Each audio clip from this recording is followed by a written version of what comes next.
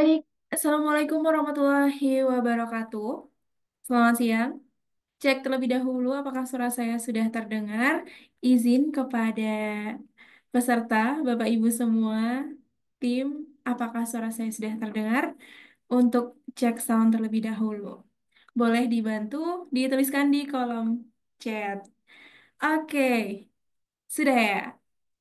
Baik, baik. Jika sudah muncul dan terdengar dengan jelas suara saya.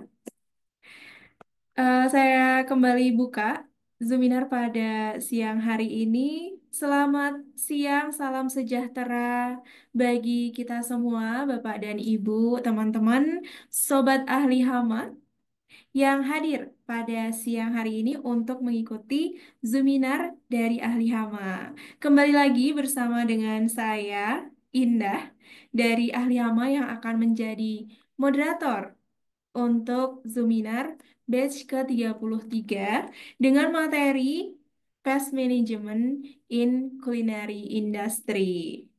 Oke, jadi untuk materi pada hari ini membahas tentang pengendalian hama di industri kuliner. Begitu ya, Bapak dan Ibu semua. Mungkin di sini ada yang industrinya gitu ya, uh, di bidang kuliner tentunya, atau ada yang di bidang perhotelan karena di sana ada restonya juga ya. Kemudian bisa dari Bapak Ibu sebagai owner ataupun sebagai staff juga mungkin ada gitu ya di sini.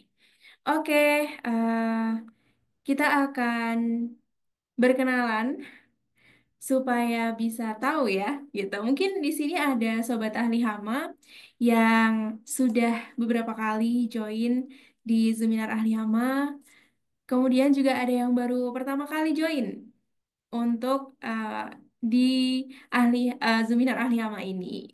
Baik bagi Bapak Ibu yang pertama kali join, ahli hama yaitu platform edukasi terkait pengendalian hama di mana kita memberikan banyak edukasi gitu ya di berbagai macam platform, baik Zoominar seperti ini, kemudian juga kita ada website yang di sana berisi ada ebook juga free yang bisa di-download Bapak dan Ibu semua.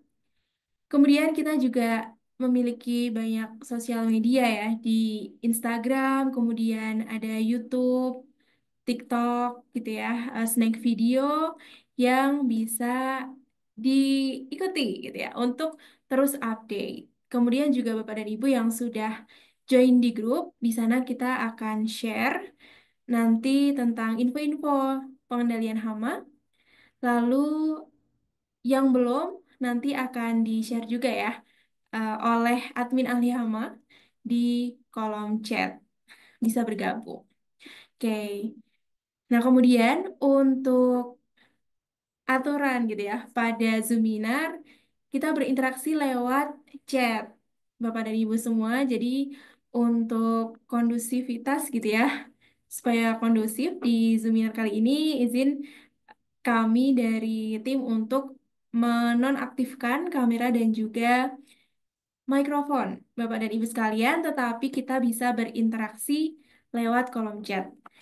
Nah, ini sudah banyak juga ya yang masuk. Nanti akan semakin bertambah juga seiring dengan berjalannya waktu. Teman-teman yang sudah ada di sini boleh berkenalan dari industrinya apa, saya pengen tahu. Dan juga mungkin ada juga yang dari daerah mana nih? Biasanya dari Sumatera, dari Kalimantan, Sulawesi, lalu Papua, Pulau Jawa tentunya ada juga.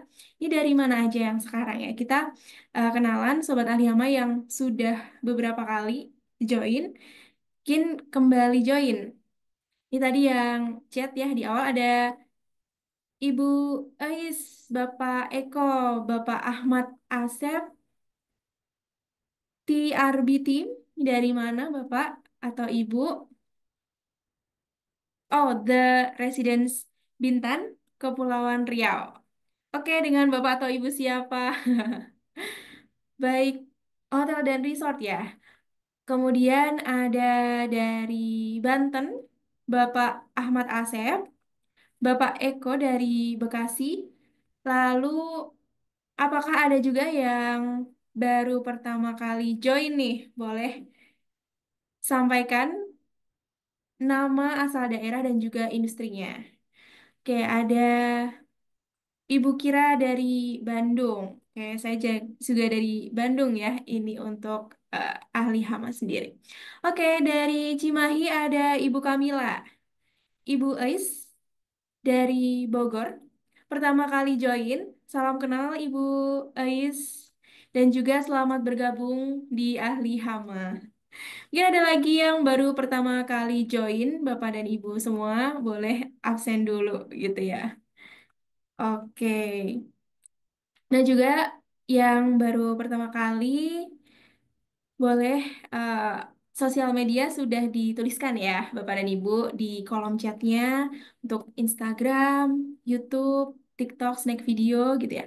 Dan juga kita ahli hama ini didukung oleh expert atau ahli yang memang sangat-sangat jago gitu ya di bidangnya, yaitu ada Profesor Intan Ahmad dan juga Ibu Dr. Sri Smalinar. Ada juga sosial media gitu ya dari Ibu Dr. Lin, yaitu @sri.ismalinar, boleh di follow juga. Oke, ada siapa lagi? Ada Ibu Amalia dari Jepara Catering, jajan tradisional, dan juga masakan Timur Tengah nasi kebuli. Luar biasa. Oke, jadi bisnis kulinernya ini ada bermacam-macam ya. Ada nasi Padang, kemudian ada catering, jajanan tradisional, dan masakan Timur Tengah, nasi kebuli. Oke, saya jadi pengen nih, Ibu Amalia.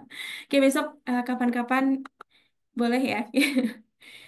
Oke, ada yang lain mungkin sambil berjalan perkenalannya, saya izin untuk memberikan preview gitu ya. Seminar pada hari ini akan membahas tentang apa sesuai dengan judulnya, yakni Pest Management in Culinary Industry, yaitu pembahasannya tentang pengendalian hama di bisnis kuliner. Bisa banyak sekali gitu ya jenisnya. Ada yang restoran, kemudian all you can eat, ini juga banyak gitu ya kasus hama yang ada. Kemudian di hotel, kafe, nah itu tentunya banyak sekali permasalahan tentang hama yang nanti akan dibahas oleh Ibu Dr. Sri Smalinar, MSc MM, atau bisa kita sapa dengan Dr. Lin. Nah, untuk yang baru pertama kali join juga, saya izin menyampaikan begitu ya. Memperkenalkan kembali Ahli Hama, ini kita platform edukasi yang terdepan, terbaik gitu ya, terpercaya juga karena kita didampingi memiliki trainer yaitu Profesor Intan Ahmad PhD serta Ibu Dr. Lin. Ini kita memiliki banyak program. Salah satunya adalah Online Training Integrated Pest Management Mastery atau IPMM. Online training 2 hari yang bisa mencetak gitu ya pengendali hama terpadu yang tersertifikat. Ini tanggal 12 sampai 13 Februari 2025.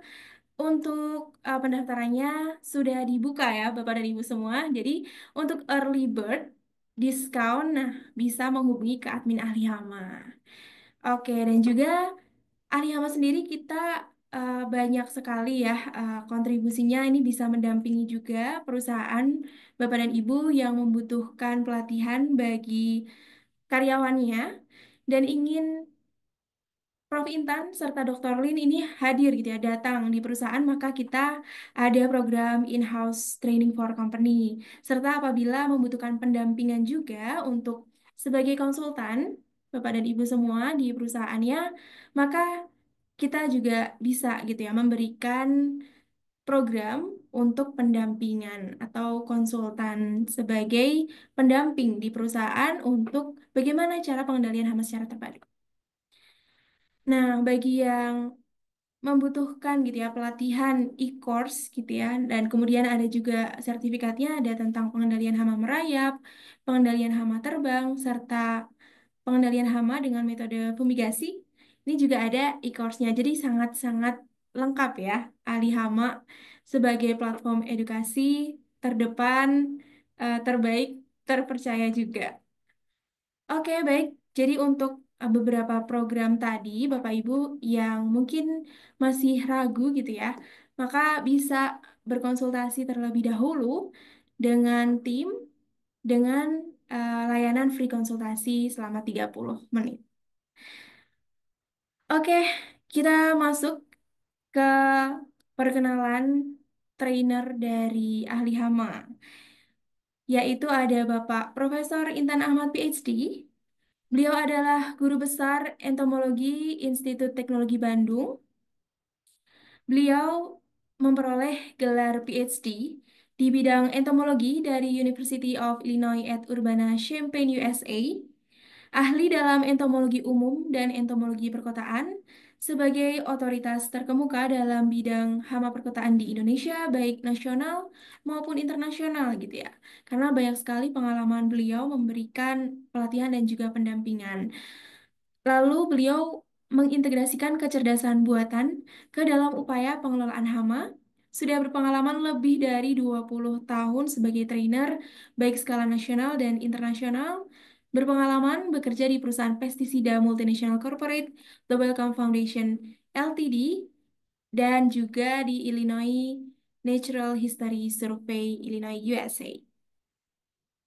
Dan bersama dengan kita semua hari ini, yaitu Ibu Dr. Sri Malinar, MSI MM, atau bisa kita sapa Dr. Lin.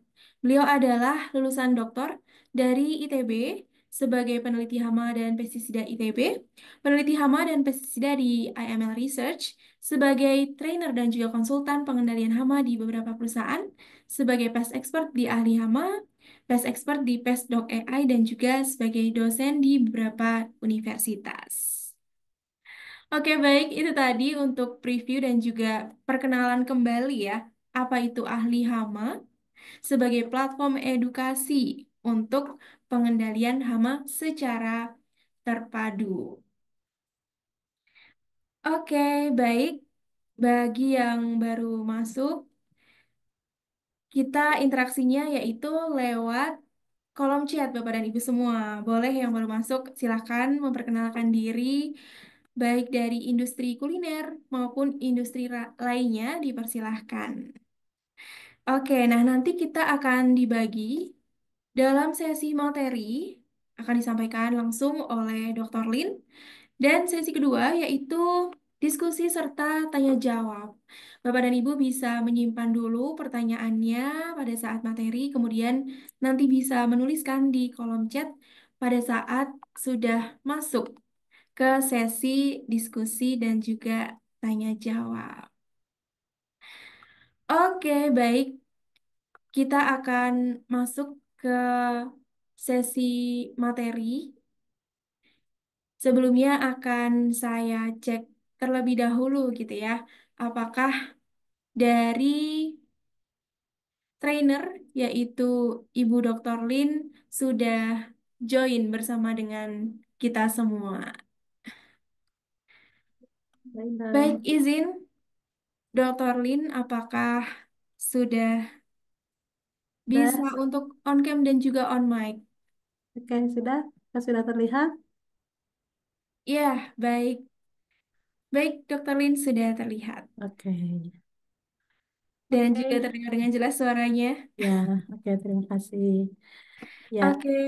baik, siang hari ini Mbak Indah kita akan sharing informasi untuk para peserta free Zoominar. Kita akan membahas tentang bagaimana pengendalian hama secara terpadu pada bisnis kuliner. Ya, Ya, ini betul. istilah yang sekarang sudah orang sangat familiar familiar dengan kuliner gitu ya. Nah, karena kenapa? Karena bisnis ini nggak akan pernah mati karena setiap orang butuh makan dan butuh minum, gitu ya. Betul, betul, betul sekali Dokter Lin. Ya, Jadi makin menjamur ya untuk bisnis kuliner dan ya, juga betul. tantangan di bisnis kuliner untuk hama ini juga semakin besar. Jadi kita akan bahas pada hari ini di Zoominar kali ini seperti itu. Ya, Dan oke. nanti boleh juga gitu ya apabila ada pertanyaan dipersilahkan Bapak dan Ibu di sesi tanya jawab juga gitu. Ya, oke. Ya, baik. Terima kasih, Mbak Indah. Kita akan mulai untuk sharing informasi dulu. Nanti pada saat sesi materi ini selesai disampaikan, tentu akan ada sesi tanya jawab untuk bisa memperkaya insight mengenai pengendalian hama pada bisnis kuliner. Saya izin share screen terlebih dahulu. Baik, Apakah ya sudah cukup sudah terlihat Mbak Indah? Mohon dibantu. ya sudah terlihat Dr. Lin. Oke. Oke, Ya, untuk itu saya persilakan waktu dan tempat untuk menyampaikan materi tentang Fast Management in Culinary Industry. ya, baik, terima kasih. Assalamualaikum warahmatullahi wabarakatuh. Bapak Ibu, selamat siang dan selamat sore. Mungkin di Bapak Ibu yang berada di wilayah Indonesia Tengah atau Indonesia Timur. Pada kesempatan siang hari ini, kami ingin berbagi informasi mengenai pengendalian hama pada industri atau bisnis kuliner. Seperti yang kita ketahui, bisnis kuliner ini selalu ada di semua tempat yang memang ada aktivitas penduduk di situ, gitu ya. Apakah itu masyarakat pekerja di lingkungan pabrik, di situ pasti ada bisnis kuliner, apalagi di lingkungan-lingkungan yang memang ada aktivitas manusia berinteraksi di sana. Nah, untuk bisnis kuliner ini memang bisnis yang orang bisa buat kapanpun karena pada dasarnya orang Indonesia ini senang juga memproduksi makanan dan jenisnya tuh sangat beragam. Apalagi dengan kultur budaya kita di seluruh daerah Indonesia itu pasti bermacam-macam. Nah, dalam kacamata pest management, ini penanganan hama di bisnis kuliner tentu sangat penting. Kenapa? Karena memang pada bisnis kuliner faktor-faktor yang disenangi hama itu ada semua. Nah, jadi bagaimana nih kita sendiri menyiapkan faktor yang disukai oleh hama, tapi hamanya nggak boleh ganggu bisnis kuliner itu sendiri. Nah, kita akan bahas pada siang hari ini. Tentu pertama kita melihat dulu berita-berita, namanya berita itu artinya udah terjadi, dan tentunya kita bisa ambil pelajaran di sana. Nah, eh, ada berita orang di Bojonegoro ya. Ini diduga keracunan makanan kenduri, orang bisa sampai masuk rumah sakit, ya, harus diobservasi. Itu berarti ada bisnis kuliner di sana yang memproduksi makanan sehingga dikonsumsi oleh masyarakat. Nah, apalagi sekarang ada program pemerintah makan makan gratis, gitu ya, makan siang gratis. Nah, berarti kan potensi untuk adanya keracunan, keracunan itu bisa jadi makanannya sudah terkontaminasi oleh hama-hama yang memang dia notabene pembawa penyakit yang kita sebut dengan vektor atau hewan pembawa penyakit gitu ya. Nah, ada juga di restoran ini di Indonesia nih. Ya, jadi orang dengan mudahnya mempublikasikan ke media, gitu ya, ungkap kondisi restoran jorok hingga banyak udang dipenuhi telur lalat gitu ya. Nah bahkan ya kita sering dapat juga konsultasi-konsultasi, berita-berita dari atau info-info dari hasil konsultasi kami kepada para pemilik bisnis kuliner. Hal-hal atau kejadian seperti ini sering terjadi juga. Ada juga lalat, nih lalat mati di makanan, apakah masih aman dikonsumsi? Nah, orang bisa sampai menulis laporan seperti ini. Kenapa? Karena pada dasarnya lalat dalam dia beraktivitas terbang, lalu dia hinggap dari satu tempat ke tempat lain, kemana-mananya bawa faktor penyebab penyakit. Bukan lalatnya bawa penyakit, bukan, tetapi lalat bawa bawa faktor-faktor atau material atau hewan, bukan hewan atau ya ini virus atau bakteri atau jamur penyebab penyakit. Lalu ada tikus. Nah, bahkan tikus ini bahkan viral di restoran mewah. Alat- karena tikus nggak pandang bulu, restorannya bagus, restorannya kurang, dia nggak akan, dia dengan mudahnya datang karena ada akses masuk dan ada faktor makanan yang dia bisa datang tanpa diundang, gitu ya. Lalu ada sama ya, jadi ini di luar negeri, ini beritanya cukup baru, 14 November 2024, gitu ya. Ada red dropping, crotches ditemukan di restoran-restoran gitu ya yang kualitasnya bagus dan itu sampai ditutup karena sudah ada pelanggaran kesehatan. Nah, jadi bisnis kuliner juga kalau kita tidak aware atau kita mengabaikan sisi ini, bisa saja diminta mendapatkan tuntutan hukum dan jatuh-jatuhnya bisnis kulinernya harus ditutup karena terjadi pelanggaran kesehatan atau yang menyebabkan masyarakat menjadi tidak aman mengkonsumsi makanan di bisnis kuliner tersebut. Nah, tikus juga ya, lalat itu cukup banyak walaupun kita lihat nggak hanya tentang tikus dan lalat di bisnis kuliner karena sekali lagi kuliner itu atau makanan, minuman merupakan surga. Jadi restoran, kafe, tempat makan itu adalah surganya hama sebetulnya karena semuanya lengkap tersedia. Nah, masalahnya sekarang di era sekarang berita itu cepat sekali menyebar, apalagi berita buruk. Ya, dengan kompetisi bisnis kuliner yang semakin tinggi, tentu ini menjadi hal yang jadi pisau bermata dua. Kalau ulasannya bagus, maka dengan cepat bisnis kuliner ini bisa diketahui. Tapi kalau beritanya kurang bagus, yaitu menjadi sasaran empuk bagi eh, dalam tanda kutip jurnalis atau netizen yang menyebarkan. Nah, karena kita berada di era yang mudah sekali terjadinya viral atas informasi-informasi, maka dalam bisnis kuliner pun sama, gitu ya. Nah, pertanyaannya, apakah kita mau minta tolong setelah ada kejadian? Dan itu sebetulnya terlambat, karena pasti beritanya sudah menyebar dulu. Artinya, pengalaman buruk yang dialami oleh customer sulit sebetulnya untuk dipulihkan, karena itu menyangkut nama atau reputasi.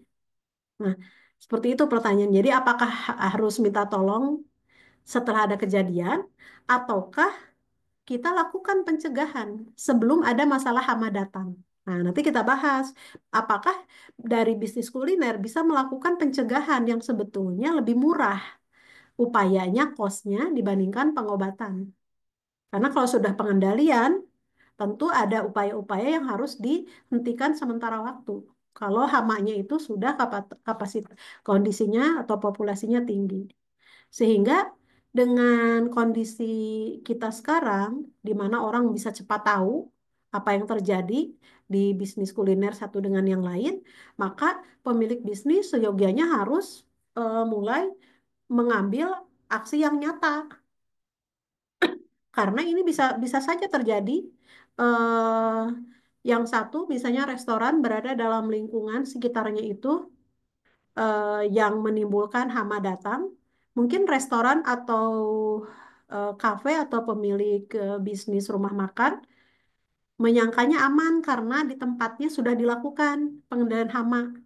Tapi dia lupa bahwa hama itu ada yang sifatnya mobilitasnya terbang, seperti lalat, seperti nyamuk. Jadi di tempat kita bersih, bukan berarti hama nggak ada. Karena hama itu sifatnya dia akan menyasar makanannya, apakah itu makanan yang segar atau makanan yang sudah busuk. Nah, sehingga kita perlu aksi nyatanya tidak hanya berdiri sendiri, melainkan harus sesama, harus bareng-bareng dengan lingkungan sekitarnya. Seperti itu ya. Nah, jadi kalau kita lihat dari bisnis apa saja bisnis kuliner tersebut gitu ya, Bapak Ibu, ya tentu namanya bisnis kuliner apa apa saja atau segala jenis usaha yang kaitannya ada kegiatan persiapan, ada masak, ada penyajian makanan. Jadi pemilik bisnis kuliner yang online tentu ada aktivitasnya, walaupun dia tidak menyediakan tempat untuk customer melakukan aktivitas makan dan minum, tapi di situ ada persiapan persiapan dan memasaknya. Apakah ada ancaman hama? Ada. Karena tadi ada sumber-sumber makanan atau air yang menjadi tempat sasaran atau faktor penarik hama datang. Nah, bisnis kuliner ini mencakup berbagai aktivitas dari usaha di industri makanan tersebut. Yang fokusnya pasti ada pembuatan, ada penjualan, ada pemasaran makanan, dan tentunya ada pengalaman bersantap. Bahkan sekarang bisnis kuliner bisa menjadi tempat di mana orang melakukan aktivitas berbisnis, sambil makan, sambil juga melakukan negosiasi-negosiasi. Nah, artinya pengalaman-pengalaman yang didapatkan dari para customer tentu kalau kaitan dengan hama, maka dengan cepat para customer bisa membuat ulasan-ulasan yang negatif. Dan orang biasanya customer nggak, kalau customernya iseng gitu ya, atau iseng tuh dalam arti udahlah harus saya sampaikan ke media atau ke apa media sosial biar orang jangan sampai ngalamin, itu kita nggak bisa cegah. Nah, tapi jatuhnya kalau ulasan itu merebak, ya tentu bisnis itu pasti sedikit banyak akan terganggu. Nah, bisnis kuliner ini dapat bervariasi, Bapak Ibu. Ada yang skalanya besar, ada yang kecil. Tetapi pada prinsipnya, besar atau kecil, Hama nggak pilih-pilih. Tadi ya, di restoran mewah pun bisa jadi ada tikus, ada lalat. Karena mereka nggak pilih-pilih, Hama itu datang. Pokoknya ada makanan, ada air, dan ada tempat dia berlindung, udah cukup. Nah, jadi bisnis kuliner baik yang skala kecil, skala besar, skala sedang sama berpotensi untuk mendapat serangan hama. Jadi biar baik itu skala rumahan, skala yang kecil atau jaringan restoran besar ataupun layanan catering. Nah, catering mungkin tidak membuat etalase atau tempat untuk customer datang, tapi di situ dia harus memproduksi makanannya agar tadi orang yang mengkonsumsi tidak sampai jadi sakit gitu. Bahkan berita tadi sampai keracunan gitu, seperti itu ya. Nah, itu dari sisi bisnis kuliner itu apa saja. Jadi banyak sebetulnya yang terkait dengan bisnis kuliner itu sendiri. Nah, sekarang kita melihat kenapa penting pengendalian hama di industri kuliner. Nah, tentu kita ingin kondisinya memberikan pengalaman bersantap dengan kondisi yang enak, yang bisa betah di sana gitu ya. Nah, Bapak Ibu bisa bayangkan kita mau melakukan aktivitas berkumpul dengan teman atau sesekali dengan keluarga makan di luar atau kita sekalian juga dengan para kolega bisnis. Tentu ingin restorannya itu nyaman kan, kondisinya yang nggak akan keganggu. Tapi pada saat kita makan, tiba-tiba di situ ada lalat. Nah, orang udah merasa, wah ini restoran tidak aware gitu ya terhadap ancaman hama tersebut gitu. Nah, jadi pentingnya tuh apa? Nah, kita sekarang lihat bahwa hamanya banyak sebetulnya Bapak Ibu di bisnis kuliner. Yang pertama tikus, lalu ada kecoa. Nah, kecoa tuh ada dua jenis, ada kecoa Amerika yang bisa terbang tuh ya, gitu ya. Ada kecoa Jerman tuh yang kecil-kecil, Bapak Ibu. Nah, lalu ada lalat. Nah, di sini ada kumbang bisa jadi kalau misalnya restoran itu berada di lingkungan outdoor di mana si kayu-kayunya mudah terserang sama kumbang-kumbang kayu. Nah, ini nyamuk juga ancaman dan semut. Nah, di hewan-hewan ini eh, tentu memiliki serangan yang berbeda-beda. Nah, artinya bawa penyakit, iya, merusak makanan, mengkontaminasi makanan yang jadi rusak. Nah, itu semua bisa dilakukan. Bahkan kalau tikus bisa gigit kabel-kabel gitu ya. Kalau misalnya pakai furniture yang yang di dalamnya ada potensi rayap, nah bisa juga diserang. Nah, kenapa kita penting mengendalikan hama ini? Ya tentu namanya bisnis yang diselamatkan apa dulu? Yaitu reputasi. Karena reputasi ini harus dijaga. Salah satunya adalah bagaimana menciptakan pengalaman pelanggan. Karena pelanggan itu seyogianya mereka ya jujur, apa aja dialami, nggak ada tekanan. Mau bilang bagus, bagus. Mau bilang enggak. Tapi pelanggan ini, pengalaman ini cukup fatal apabila dia mengalami hal yang buruk. Kenapa? Karena setiap orang, setiap customer memiliki toleransi terhadap hama yang berbeda-beda. Mungkin ada customer yang melihat dua, tiga kecoa nggak apa-apa. Ada. Tapi makin tinggi kesejahteraan tingkat hidup seseorang, biasanya toleransi terhadap hama menjadi rendah. Mereka nggak mau melihat satu kecoa jalan di restoran, orang udah nggak mau. Orang udah dalam arti, aduh ini udah nggak nyaman. Berarti restorannya tidak punya sense of apa ibaratnya menjaga si bisnis ini bebas hama. Nah, jadi satu penampakan gitu ya, penampakan hama itu bisa berujung pada ulasan buruk dan orang nggak percaya gitu. Ya, seperti itu ya. Dan celakanya di era sekarang adalah ada peran media sosial. Karena kita nggak pernah lepas dari eh, handphone di mana aplikasinya sangat lengkap media sosial, maka orang cepat sekali mengekspresikan pengalaman itu lewat jarinya. Jadi bisa saja pelanggan itu langsung membagikan insiden hama secara online. Karena saya sering melihat orang tuh kalau misalnya ada di restoran terus tiba-tiba ada lalat, dia foto, terus dia tunjukin ke manajer ini gimana seperti ini. Nah, gitu ya. Nah, apakah kita bisa larang? Nggak bisa juga. Ya, nah, makanya di bisnis kuliner ini sangat sensitif. Karena dengan media sosial, bisnis yang sudah dibangun dengan susah payah bisa dengan mudah runtuh kepercayaannya. Nah, maka pemilik bisnis harus sangat hati-hati, harus sangat peduli tentang pengendalian hama ini. Nah, lalu citra merek Bapak Ibu, ya tentu namanya bisnis kuliner identik dengan kebersihan. Maka kita harus memastikan bahwa kebersihan ini ada kaitan sangat besar kaitan dengan hama, pengendalian hama karena itu pintu pertama dari pengendalian hama adalah bagaimana menjaga sanitasi atau kebersihan. Itu pintu gerbang pertama gitu.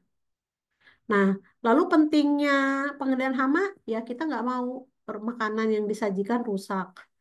Apakah itu ada hamanya secara utuh, misalnya di makanan tiba-tiba ada kecoa gitu ya, atau cuma kakinya doang. Nah, itu juga sama, akan terjadi kontaminasi. Orang nggak mau gitu ya makan seperti itu. Nah, lalu yang perlu diperhatikan oleh pemilik bisnis kuliner adalah kesehatan dan keamanan.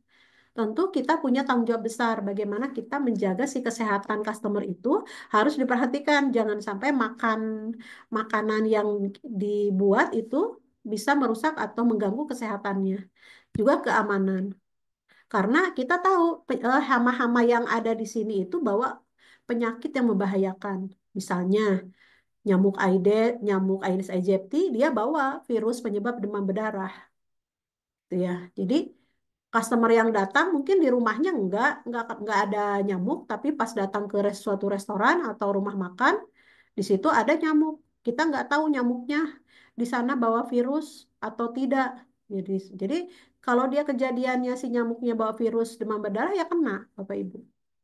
Nah, jadi memang hama ini masalahnya adalah bawa membahayakan secara kesehatan karena bawa penyakit. Itu yang kita nggak harus peduli, terlebih dari pemilik bisnis kuliner. Lalu yang kedua adalah alergi. Jadi Bapak Ibu untuk hama seperti kecoa dan tungau itu bisa memicu alergi atau asma yang diderita oleh customer. Jadi misalnya customer memang bawaannya ada penyakit asma. Nah, kalau ada kecoa, wah itu tambah lagi apa gangguan asmanya bisa lebih hebat.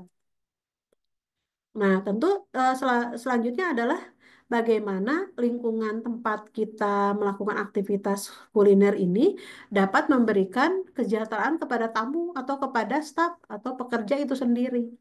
Kenapa? Karena lingkungan yang bebas hama tentu akan meningkatkan tamu atau customer semakin nyaman berada di sana.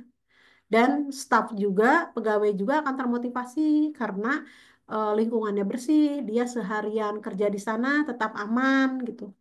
Terbayang Bapak Ibu apabila di suatu restoran, bisnis kuliner, tidak di lingkungannya banyak kecoa, banyak nyamuk, pekerja yang di sana beraktivitas sekian 8 sampai 10 jam itu sudah harus siap-siap menghadapi gangguan penyakit karena ada hama yang bawa penyakit di situ ya, membawa penyebab penyakit.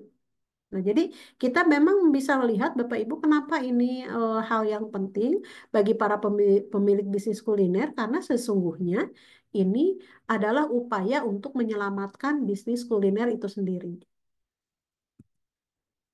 Nah, selanjutnya adalah hama yang sering ditemukan dan resikonya. Ya, Bapak Ibu. Kita lihat untuk dari jenis lalat jenis hama yaitu lalat. Nah, lalat ini secara behavior atau perilakunya dia tertarik di area yang tidak higienis. Di mana saja? Ya di tempat sampah, di saluran pembuangan. Yang mana di bisnis kuliner pasti ada tempat ini. Sehingga dia bisa mencemari permukaan, bisa mempengaruhi audit atau pemeriksaan. Nah, sehingga ke, yang harus dipentingkan adalah ya kebersihannya dulu, kebersihannya. Ya. Nah, kalau tikus, ini tikus dan mencit yang lebih ukurannya lebih kecil, itu perilakunya bisa masuk melalui celah kecil. Jadi para pemilik bisnis, pemilik fasilitas kuliner harus selalu melihat faktor-faktor mana atau tempat-tempat mana yang bisa membuat si hamanya itu bisa bebas keluar masuk. Nah, tikus dan mencit ini mampu untuk keluar masuk melalui celah kecil. Jadi kita tidak bayangkan dia lubang yang besar gitu. Yang kecil pun mereka bisa. Dan tikus ini penyakitnya banyak yang dibawanya, lebih dari 30 penyakit, termasuk salmonella dan tifus. Sehingga ini bisa jadi resiko kesehatan yang serius. Itu dari lalat dan tikus, Bapak Ibu. Selanjutnya kecoa. Kecoa di mana ditemukannya? Nah, di dekat remah-remah dan kelembaban yang tinggi. Nah, si kecoa ini membawa bakteri dan patogen, artinya penyebab penyakit. Bahkan kalau kecoa Jerman yang ukurannya kecil, dia bisa mempengaruhi rasa makanan. Dari apa? Dari hasil sekresinya, dari air liurnya. Ya. Jadi kita nggak tahu nih makanan yang diproduksi oleh bisnis kuliner di tempat dapurnya, apakah ini terkontaminasi atau tidak, ya tergantung dari apakah ada keberadaan dari hama ini.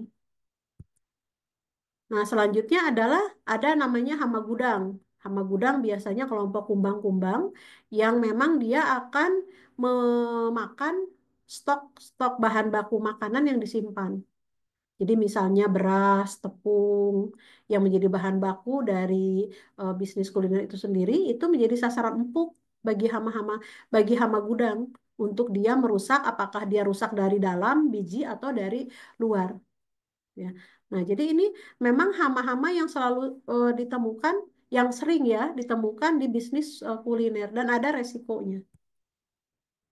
Nah, di mana hama-hama itu pertama resikonya mengkontaminasi, lalu naik lagi dia bisa merusak, makanannya jadi rusak, dan dia bisa menyebarkan penyakit. Nah, kalau penyakit itu kaitannya dengan banyak orang, sehingga bisnis kuliner sangat mungkin dituntut secara hukum apabila mengabaikan aspek dari pengendalian hama karena menyebabkan penyakit dari customer atau pelanggan yang ada di aktivitas bisnis tersebut. Nah, sekarang kita lihat Bapak Ibu dari sisi contoh pengendalian hamanya. Jadi, kita tadi sudah mengetahui bahwa hamanya pasti ada karena semuanya sudah disiapkan. Nah, bagaimana pengendaliannya? Nah, jadi ini ada salah satu contoh best practice dari apa restoran-restoran yang memang mereka sangat patuh kepada keamanan dan kesehatan pangan. Nah, di mana mereka harus cepat tanggap. Jadi tidak ada yang merusak reputasi atau, restoran secepat atau seefisien ini gitu. Karena adanya serangan kecoa. Jadi ini kasusnya dia ini kecoa gitu ya. Dan bagi restoran tersebut, di setiap restoran ini ada rantai apa jenis restoran yang banyak jenisnya dalam satu rantai gitu. Nah, mereka restoran itu menyiapkan atau menerapkan program pengendalian hama secara terpadu agar tamu yang tidak tidak diundang siapa tamu tidak diundang yaitu hama tadi ya menjadi tidak ada karena pengendalian hama yang efektif itu tidak saja tentang penyemprotan penggunaan pestisida itu adalah salah satu bagian yang sebetulnya bisa kita tekan penggunaannya kalau kita lakukan kombinasi dalam pengendalian hama terpadu seperti apa? Pencegahan. Jadi harus dilihat kenapa dia bisa masuk, kira-kira dari mana. Kita bisa bisa harus bisa lakukan itu dulu dan bisa dilakukan pemantauan. Jadi harus waspada secara berkelanjutan karena hama itu nggak bisa tidak ada Bapak Ibu, apalagi di bisnis kuliner. Mungkin sekarang bersih, tapi nanti ada lagi karena aktivitas produksi makanannya terus-menerus. Karena bisnisnya, core bisnisnya adalah itu. Maka tindakan pengendalian hama yang efektif itu adalah kombinasi, ada pencegahan, ada intervensi. Jadi intervensi itu treatment yang tepat waktu. Dan tidak selalu tentang penyemprotan. Bahkan di bisnis kuliner tentu akan hati-hati penggunaan pestisida. Karena di situ banyak makanan, air yang malah terkontaminasi. Maka harus dilakukan metode-metode lain. Dan harus terus melakukan kewaspadaan berkelanjutan. Karena kalau Bapak Ibu punya bisnis kuliner, Bapak Ibu udah satu paket dengan pengendalian hamanya. Pengendalian hama tidak hanya tentang penggunaan pestisida. Nah, itu yang harus kita terus berikan insight mengenai pentingnya pengendalian hama. Nah, sekarang kita masuk pengendalian hama bisnis kuliner, ya. Karena kan kita kita ingin bisnis kulinernya aman dari serangan hama. Yang pertama, tentu menjaga sanitasi menjadi hal yang pertama yang tidak boleh dilewatkan. Karena ini pintu masuk. Hama itu mau datang. Lalu yang kedua, menerapkan penyimpanan makanan yang tepat. Karena kita harus pastikan jangan sampai makanan itu, yang makanan yang disimpan itu dirusak oleh hama karena mudah diakses. Lalu yang ketiga, menutup titik masuk hama. Karena kita melihat hama itu bisa saja di dalam sudah kita kendalikan, di luar bisa datang baru. Berarti menutup titik masuk. Dan melakukan inspeksi rutin, artinya pemeriksaan Bapak Ibu. Nah, baru nanti kita bisa melakukan menggunakan perangkap umpan atau pestisida, rodentisida secara bijak. Jadi Bapak Ibu bisa lihat bahwa tahapan langkah nomor satu menjaga kebersihan, menerapkan penyimpanan makanan, menutup titik masuk hama, melakukan inspeksi rutin. Ini siapa yang mengerjakannya? Seharusnya adalah para pemilik bisnis dengan para stafnya. Karena kalau Bapak Ibu di sini sudah manggil pest control, ini bukan tugas mereka. Tugas mereka tuh di sini menggunakan pestisida. Itu pun para pemilik bisnis pest control harus bijak. Kapan menggunakan metode A, kapan menggunakan pestisida B, itu pun harus dengan pengetahuan yang baik. Karena pestisida tetap ada konsekuensi yang namanya menimbulkan resistensi atau menjadi kebal si hamanya. Tetapi kalau tahapan seperti sanitasi, titik masuk, inspeksi, ini bukan tugasnya pest control eksternal, bukan, tetapi pemilik fasilitas. Dan ini harus dilakukan, karena kalau tidak, yang ada nanti pestisida langsung menggunakan pestisida, ini masalahnya belum selesai. Jadi hanya eh, reaktif terhadap hama itu saja. Ya mungkin mati Bapak Ibu, tapi apakah akan ada hama baru? Ada kalau yang langkah awalnya tidak dilakukan. Nah, lalu pengendalian hama itu harus juga dibantu dengan pengetahuan. Jadi, kita harus berikan edukasi kepada staf dari pemilik bisnis kuliner tentang bagaimana praktek dari kebersihan, bagaimana teknik pengendalian hama, termasuk bioekologi hama. Hamanya harus dikenali dulu. Ini perilakunya seperti apa? Aktifnya di waktu kapan? Kira-kira nanti kalau pengendalian harus di mana? Nah, itu harus pakai pengetahuan.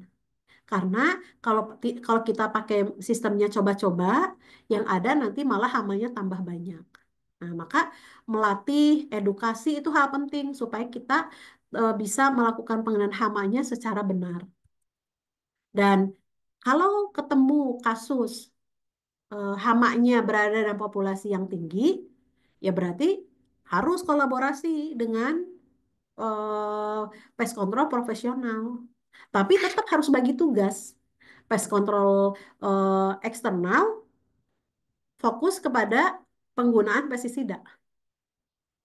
Tetapi aspek sanitasi, menutup titik masuk, inspeksi rutin harus dilakukan oleh pemilik fasilitas. Nah, ini yang terus kami harus memberikan campaign. Karena di kita masih belum terbiasa melakukan bagi tugas atau bagi peran. Di satu sisi, pemilik bisnis menyerahkan semuanya kepada pest control. Pest control kesulitan kalau tidak ada partisipasi aktif dari pemilik fasilitas. Karena pest control eksternal bisa mengendalikan hamanya. Saat itu dengan penggunaan pestisida bisa mati di sana. Tapi apakah selesai masalahnya? Tidak. Karena nanti akan ada lagi. Maka pemilik fasilitas perlu memiliki unit pengendali hama internal. Karena mereka bisa lebih cepat saat itu mengetahui kalau ada gangguan hama. Bisa lebih cepat atau bisa lebih paham fasilitas atau tempat mana sih yang rentan. Gitu ya. Jadi kolaborasi ini penting karena kita tidak bisa menyerahkan semuanya kepada pest control eksternal karena tidak selesai masalahnya. Apalagi bisnis kuliner langsung kelihatan ada satu ekor hama aja itu jadi bermasalah karena menyangkut tadi balik lagi reputasi, gitu ya. Nah, sekarang kita mau ambil contoh bagaimana kita bisa melakukan pengendalian dengan contoh hama kecoa gitu ya. Hama kecoa misalnya. Kita coba nih pencegahan datangnya kecoa biar kita kasih contoh. Misalnya satu, pemilik bisnis bisa melakukan segera pembersihan sisa-sisa makanan. Tempat di mana si kecoa itu bersembunyi. Jadi kecoa tuh senang di tempat yang ada celahan, retakan, tumpukan kertas gitu. Nah, kalau ada unit sendiri, pengendali sendiri bisa melakukan ini, dicek semuanya. Nggak boleh ada terlewat. Karena mereka, si kecoa ini nggak sembarang tempat bisa dia tinggal. Nah, lalu lakukan pengendalian hamanya secara senyap. Senyap itu artinya eh, tidak terlalu terlihat gitu, tidak harus disemprot gitu ya. Tapi senyap itu artinya pelan-pelan, lakukan tempatkan umpan di yang nggak tempat terlihat gitu ya. Dan pakai perangkap lem karena kalau kecoanya banyak pasti kecoa itu keluar dari sarang atau tempat dia tinggal. Kalau kita taruh umpan atau perangkap lem itu bisa dilakukan. Nah, lalu monitoring secara rutin. Oh iya, berarti minggu ini kurang apa? Jadi berkurang penampakan kecoanya. Dan setiap ada langsung responnya cepat. Jadi sebetulnya kita bisa lakukan itu. Oleh siapa? Oleh pemilik fasilitas. Karena ini bisa dilakukan tanpa harus penggunaan pestisida.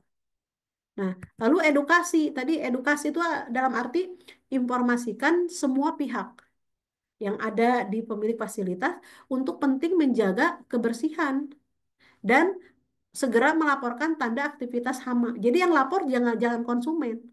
Jangan sampai konsumen justru melihat. Maka kita harus eh, kerjasama dengan semua tim di pemilik bisnis kuliner itu sendiri, diberi edukasi.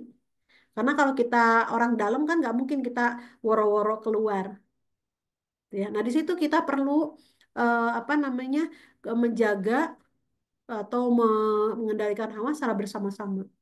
Nah ini agak sulit kalau pest control yang melakukan ini karena ya pest control tetap punya kesungkanan kalau harus mengatur orang-orang yang ada dalam di tempat kliennya. Tetapi bagi unit pengendali internal sangat mungkin untuk juga menginformasikan kepada karyawan yang lain untuk sama-sama menjaga, sama-sama melaporkan kalau ada misalnya oh ada di situ pernah nih si tikus nih keluar. Itu bisa cepat karena satu yang keluar berarti belakangnya banyak. Karena pada dasarnya hama itu senangnya bersembunyi selama makanannya cukup di sarangnya. Kalau tidak, ya pasti keluar.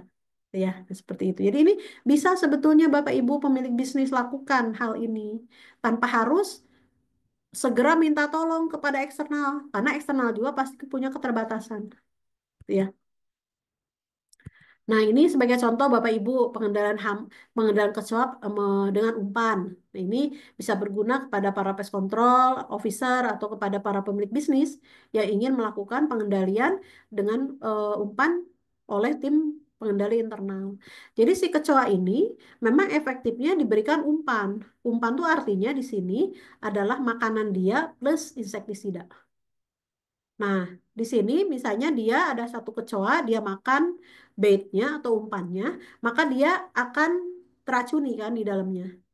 Nah, si kecoa ini yang sudah makan baitnya ini, kalau dia mati, maka bangkai kecoa ini akan dimakan oleh kecoa yang lain, maka ikut mati karena di sini masih ada racunnya. Atau dari eh, muntahannya, karena si kecoa itu punya perilaku untuk mengeluarkan air liur, gitu ya. Vomitus. Nah, itu dimakan lagi oleh kecoa yang lain mati karena tadi masih ada racun, gitu ya. Dan ada lagi dari fesesnya Bapak Ibu. Nah, perilaku kecoa itu dia suka makan feses. Nah, kalau dia makan feses teman kecoanya yang sudah makan eh, racun tadi, ya udah dia ikut mati. Jadi dengan pengendalian umpan sebetulnya kenapa lebih efektif? Karena punya manfaat ganda. Itu artinya punya serangannya ganda gitu. Bisa lewat feses, bisa lewat bangkai yang mati, bisa lewat muntahannya. Nah, ini bisa dilakukan oleh siapa? Oleh pengendali internal bisa dilakukan. Ya, tentu ditempatkan di tempat yang memang sebagai jalannya kecoa. Nah, ini ada beberapa mitos Bapak Ibu yang sering dipercaya, yang sebut namanya juga mitos berarti eh, tidak akurat, tapi sering kita percaya. Yang pertama adalah bahan alami selalu baik katanya. Itu belum tentu Bapak Ibu. Ya, karena bahan alami juga harus dilihat kinerjanya apakah betul bisa melakukan pengendalian hama dengan baik gitu ya. Karena tetap harus diteliti dulu, jadi tidak selalu. Lalu yang kedua, bila Anda tidak melihat hama, berarti tidak ada hama. Nah, itu mitos. Kenapa? Karena hama itu sejatinya bersembunyi. Maka dengan pengetahuan kita akan tahu di mana hama berada. Karena hama itu sejatinya tidak akan jalan-jalan. Kalau jalan-jalan, berarti dia posisinya cari makanan.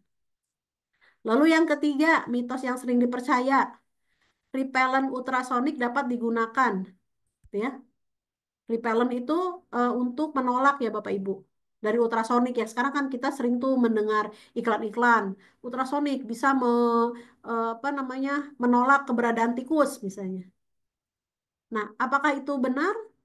Yaitu sifatnya Bapak Ibu kita dimakan iklan. Nah, karena mungkin pertamanya si tikus aneh nih, ada repellent ultrasonik. Mungkin dia menjauh, nggak mau datang. Tapi tikus itu hewan cerdas. Dia akan coba lagi datang. Lalu dia nggak ngerasa apa-apa. Ya udah, dia selanjutnya aman-aman aja. Nah, itu mitos yang sering dipercaya yang tentunya nggak betul. Ya. Karena namanya hama itu makhluk hidup yang dia pun bisa beradaptasi. Nah, selanjutnya, mitos yang sering dipercaya, semakin banyak insektisida semakin baik. Nah, itu tidak benar. Kenapa? Karena justru dengan banyak insektisida, maka akan memicu terjadinya resistensi atau kekebalan di hama itu. Jadi hamanya malah lebih kuat, Bapak Ibu. Bahkan dalam penelitian kami ada sampai kecoa itu 1.000 kali resistensinya. 1.000 kali dosis baru dia akan mati. Nah, kebayang Bapak Ibu, kalau kita menghadapi hama-hama yang resistensinya tinggi, mau dikasih berapa banyak juga dia nggak mempan. Nah, jadi kita harus paham semakin banyak insektisida justru semakin tidak baik, ya. Lalu mitos yang sering dipercaya hama akan pergi sendiri gitu ya. Nah, itu yang kita harus cek. Hama ini adalah tamu tidak diundang. Tapi tanpa disengaja kita sendiri sebetulnya yang mengundang. Ada makanan kesukaan dia, ada air juga, ada tempat perlindungan. Nah, apakah mereka akan pergi dengan sendiri? Tidak, Bapak Ibu.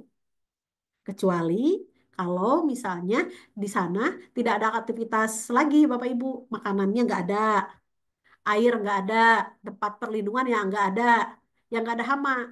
Tapi di situ nggak ada manusia masalahnya. Nah, jadi hama akan pergi sendiri itu Ah, itu salah Bapak Ibu.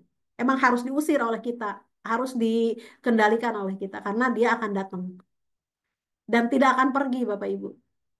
Jadi dia hama akan datang tapi dia tidak akan pergi. Selama kita yang melakukan pengendalian supaya pergi gitu ya atau mati. Lalu mitos yang sering dipercaya hanya tempat kotor yang menarik hama datang. Apakah benar? Padahal kita bisa lihat rumah-rumah atau tempat-tempat yang bagus atau seperti tadi restoran-restoran mewah. Itu kan pasti tempatnya bersih. Kenapa mereka bisa datang? Karena bisa jadi di lingkungan sekitarnya ada faktor-faktor penarik hama. Untuk serangga terbang seperti lalat dan nyamuk dengan mudah Bapak Ibu dia pergi dari satu tempat yang kotor, bersih. Jadi tidak hanya tentang tempat kotor, bahkan tempat bersih pun bisa menarik hama datang.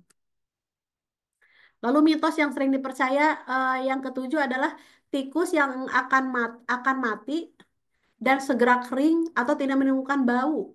Nah, ini Bapak Ibu kami selalu menginformasikan bahwa ini hoax. Misalnya, ini ada umpan tikus yang tidak akan bau. Nggak mungkin Bapak Ibu. Tikus itu makhluk hidup. Makhluk hidup kalau mati pasti akan melakukan pembusukan. Ya, nah maka dalam pengendalian hama ya kita harus satu-satu tujuannya. Tujuannya mau tikusnya mati. Kalau iya, ya udah tikusnya mati, pasti ada resiko bau. Setelah itu baru yang kedua bagaimana baunya hilang. Jadi nggak mungkin ada satu produk terus pengen dua fungsi. Tikusnya mati, tidak ada bau. Itu nggak mungkin Bapak Ibu. Masalahnya tikus itu adalah makhluk hidup, harus melakukan pembusukan. Ya. Nah, jadi atau misalnya ada nih umpan tikus, racun tikus yang bisa segera kering, nggak mungkin Bapak Ibu. Karena rodentisida itu ada dua cara kerjanya.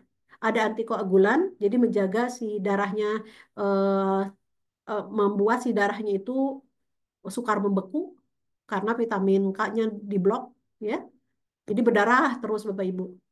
Sama satu lagi yang memang bisa membuat si organnya mengeras, organ tubuhnya mengeras. Karena di sirodentisidanya banyak diberikan kandungan kapur. Jadi nggak mungkin langsung kering karena kan harus ada proses. Ya. Dan ada mitos juga Bapak Ibu, kalau di bisnis kuliner ya, penggunaan kantong plastik. Nah, kenapa bisa bisa di sini muncul masyarakat memakai kantong plastik?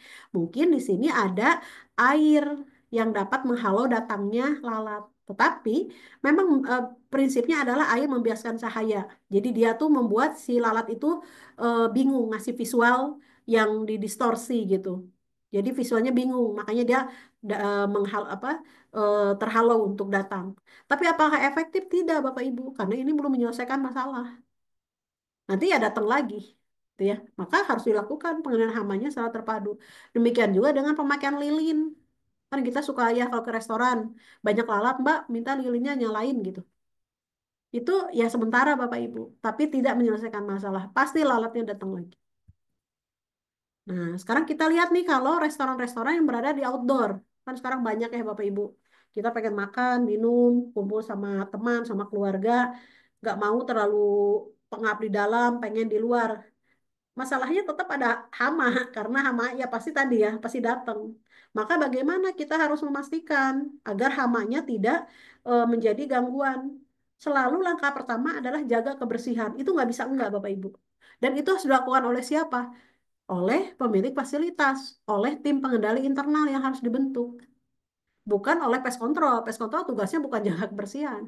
Mereka adalah eh, profesi untuk menggunakan pestisida pengendalian secara bijak. Nah, jadi kunci pertama harus jaga kebersihan. Karena itu pintu pertama. Lalu desain area anti hama. Jadi mau nggak mau di situ ada layar, ada tenda, penutup area, atau pasang lampunya jauh dari area makan. Dan bisa lakukan lampu kuning, karena ada beberapa hama yang memang kalau pakai lampu kuning dia nggak suka. Dan harus pastikan tanaman-tanamannya atau semak-semaknya harus dipotong di sekitar tempat duduk. Bapak Ibu kenapa? Karena lalat bisa di sana, bisa di bawah tuh. Mereka kalau istirahat itu pasti ngeganggu. Nyamuk bisa di sana. Dan pengendalian hamanya lakukan yang proaktif. Artinya dilakukanlah oleh para pemilik fasilitas, tim pengendali internalnya. Misalnya gunakan perangkap, gitu ya. Lalu pakai tirai udara, pakai kipas angin, dan pastikan tidak ada air tergenang karena untuk mencegah nyamuk bisa bertelur. Dan bisa juga lakukan perangkap-perangkap untuk tikus di area yang sering terlihat. Nah, jadi kalau dilihat, Bapak Ibu, tim pengendali internal banyak peranannya. Nah, kalau populasinya tinggi, hamanya karena dari awal tidak dilakukan pengendalian secara bijak, tidak ada pencegahan dan lain-lain, baru kerjasama dengan pest control officer yang profesional. Itu pun para pest control profesional harus melihat penggunaan pestisidanya aman nggak di sini karena ini bisnis kuliner, gitu ya. Nah, maka kolaborasi dengan tim pengendali internal. Maka untuk bisa melakukan ini sekali lagi latih pelatihan, edukasi karena harus pakai ilmu Bapak Ibu. Kenapa? Karena untuk bisa mempunyai pemahaman bagaimana sih deteksi hama kok dia bisa datang. Lalu kalau misalnya datang bagaimana nih nanganinnya supaya berkembang biaknya jangan lebih banyak lagi bisa ditekan. Seperti itu. Nah, maka di dalam bisnis kuliner tentu bisa dilakukan bentuk unit pengendali hama internal. Karena ini langkah yang strategis, Bapak Ibu. Kenapa? Karena tim khusus ini akan dibentuk oleh pengelola atau pemilik bisnis secara langsung dan bekerjanya di bawah manajemen internal. Itu kemudahan untuk kita bisa ngecek, ya, di mana unit pengendali hama internal di bisnis kuliner bisa melakukan apa saja tugasnya, pencegahan, pemantauan, menangani hama secara berkelanjutan, ya. Dan kita bisa memastikan lingkungannya jadi aman dan nyaman dengan bisnis kuliner. Nah, jadi unit pengendali hama internal itu bisa memastikan responnya lebih cepat dan kontrolnya lebih terintegrasi serta solusinya sesuai kebutuhan. Karena kalau tidak perlu disemprot, ngapain disemprot? Nah, seperti itu ya, karena itu salah satu metode. Nah, nanti dengan pengendali hama profesional bisa bisa berkolaborasi. Kira-kira metode mana yang menggunakan pestisida yang aman dan tidak mengganggu bisnis dan bisa ditekan populasinya. Jadi itu kolaborasi di sana. Jadi dari 100% langkah pengendalian hama seyogianya 80%-nya dilakukan oleh siapa? Oleh unit pengendali hama internal. Eksternal itu tinggal yang ujungnya doang 20%, yaitu pengendalian hama dengan menggunakan pestisida atau kimiawi. Nah, mungkin seperti itu Bapak Ibu. Nah, maka dalam catatan akhir, pertama, berita negatif itu pasti menyebar cepat. Jadi dalam industri kuliner, menjaga lingkungan bebas hama itu jadi satu keharusan. Karena satu, penampakan hama dapat merusak yang namanya reputasi dan kepercayaan. Lalu yang kedua, reputasi dan kebersihan saling terhubung. Pengalaman pelanggan, media sosial, citra merek, itu sangat dipengaruhi oleh dua hal, kebersihannya dan praktek pengendalian hamanya. Jadi tidak cukup kebersihannya aja, tapi juga ada praktek pengendalian hama. Yang ketiga adalah pengendalian hama terpadu. Jadi para pemilik bisnis kuliner yang menjalankan PHT nanti akan mengerti bahwa pendekatan pengendalian hamanya itu harus menggabungkan berbagai langkah pencegahan, pemantauan, pengendalian untuk menjaga lingkungan dan produknya bebas hama. Nah, lalu yang terakhir adalah langkah proaktif berbuah manfaat. Artinya, program pengendalian hama yang baik itu pasti akan meningkatkan namanya kepercayaan pelanggan dan pertumbuhan bisnis. Langkah proaktif adalah suatu langkah di mana kita tidak menunggu hama datang baru bereaksi, tetapi kita justru mencegah hama itu datang dan kalaupun dia datang harus kita tekan populasi atau kita hilangkan keberadaan. Nah, mungkin seperti itu Bapak Ibu untuk topik kita sore hari ini, bagaimana pentingnya pengendalian hama untuk menyelamatkan sebetulnya bisnis kuliner secara berkelanjutan. Nah, mungkin seperti itu Bu Indah. Untuk materi ini kita nanti bisa diperkaya dengan sesi tanya jawab. Terima kasih, saya kembalikan lagi ke moderator. Baik, Luar biasa sekali Dr. Lin atas materinya yang telah disampaikan gitu ya. Mulai dari apa saja hama yang mengganggu di bisnis kuliner. Kemudian tadi tamu tak diundang gitu ya. Seharusnya kalau di bisnis kuliner itu yang diundang adalah pelanggan, tapi Iya, ada juga nih tamu yang tak diundang, yaitu hama-hama gitu ya. iya Karena betul. tidak hanya satu hamanya, tapi banyak banyak sekali Banyak. gitu ya. Mulai dari lalat, kecoa, dan juga nyamuk gitu ya. Tidak hanya mengganggu di makanannya, tapi di manusianya, pegawainya juga ya, Dokter Lin, itu bisa berpengaruh kepada produktivitas pegawai. Seperti itu Ya, ya. betul, betul. Karena di bisnis kuliner ini pengendalian hama itu berguna untuk siapa? Untuk para pegawai dan untuk para customer. Apanya yang berguna untuk menjaga kesehatan dan keamanan mereka bekerja dan mereka yang melakukan proses transaksi di sana gitu ya. Jadi melindunginya sebetulnya melindungi banyak hal. Oke. Boleh sharing Bapak dan Ibu, teman-teman semua mungkin ada pengalaman gitu ya, kerugian yang disebabkan karena hama gitu ya. Mungkin kerugian berupa material, berapa rupiah gitu ya sebagai business owner bisa sharing di sini gitu mungkin ada di bisnisnya gitu ya. Ataupun ada kerugian mewabah penyakit gara-gara ada hama sehingga menyebabkan produktivitas dari eh, karyawan atau staff itu jadi menurun. Oke, mungkin kalau ada yang mau sharing, dipersilahkan gitu ya. Mungkin ada gitu yang "Ah, restoran saya ada kerugian gara-gara hama kecoa ataupun lalat ataupun nyamuk dan sebagainya. Oke, jadi karena memang serangan hama itu tentunya kita tidak bisa prediksi gitu ya, apakah hari ini hanya satu ataupun justru berbondong-bondong. Nah, oleh karena itu kita harus selalu waspada dan Bapak Ibu business owner ataupun staff yang ada di industri kuliner maupun industri lainnya, ini yang masih ragu gimana caranya untuk bisa mengendalikan hama ataupun bagaimana caranya supaya bisa menjadi gitu ya, menjadi pengendali hama yang bisa mengendalikan hama dengan tepat. Nah, itu tadi saya sampaikan di awal bahwa ahli hama memiliki banyak program gitu ya. Dan salah satu program yang tepat bagi Bapak dan Ibu business owner serta tim yang ingin gitu ya mendapatkan knowledge tentunya dan juga di ahli hama ini tersertifikasi gitu ya ISO 9001 itu bisa bergabung di IPMM atau Integrated Pest Management Mastery yang akan dilaksanakan di tahun 2025 ini tanggal 12 sampai 13 Februari 2025. Nah, ini udah di-share juga ya untuk flyernya. Kemudian juga akan di-share untuk pendaftarannya itu oleh admin di kolom chat.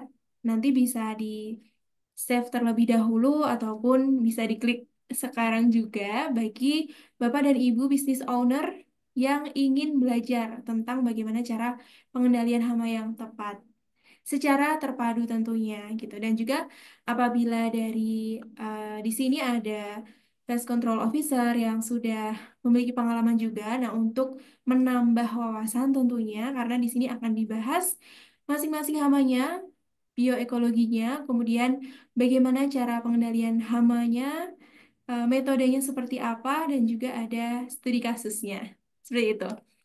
Oke.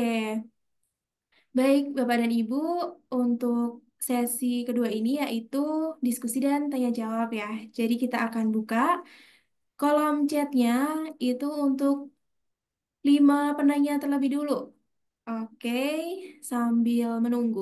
Nah, untuk itu bisa share ya tim untuk video highlight seperti apa keseruan dari Integrated Pest Management Mastery yang sudah dilaksanakan di tahun ini gitu ya. Dan Bapak dan Ibu semua yang ingin upgrade ilmu di tahun berikutnya, nah nanti bisa join yang di bulan Februari. Oke. kembali kalau kita bicara pengendalian hama, kuncinya adalah memahami biologi si hama ini. Rayap, kalau dari bisnis pengendalian hama, seluruh dunia yang paling banyak mengeluarkan dana oleh para pengguna jasa itu adalah untuk pengendalian rayap. Untuk menimbulkan kematian itu harus mencapai dosis yang cocok. Boleh satu tanya Oke, lagi? silakan. Ya, ini ada contoh studi kasus. Di Indonesia ada 236 daerah endemis gitu. Jadi di situ si nyamuk kulexnya ya bertebaran aja. Dewasa si kumbang ini dia fase yang daya rusaknya tinggi itu pada saat dia jadi larva, Pak. Sangat senang sekali mengikuti pelatihan IPNM yang diadakan oleh platform Alhama, yang dimana narasumber yang profesional dan ahli pada bidangnya memberikan penjelasan yang sangat baik bagi saya dan bagi teman-teman, dan mudah dimengerti, mudah diikuti, mencakup dari berbagai aspek hama yang selama ini menjadi keluhan, baik itu customer, pengelola layanan hospitality, F&B, maupun pergudangan. Ya, saya mendapatkan pengetahuan yang lebih luas dalam menerapkan PHT, pengendalian hama terpadu, baik dalam penggunaan pestisida maupun dengan pengendalian mekanis. Terima kasih kepada ahli hama, kesempatan untuk mendapatkan wawasan ini sangat berharga bagi saya. Jadi bagi teman-teman yang butuh informasi dan metode penanganan yang tepat terkait pengendalian hama, jangan lupa pastikan untuk bergabung dengan ahli hama.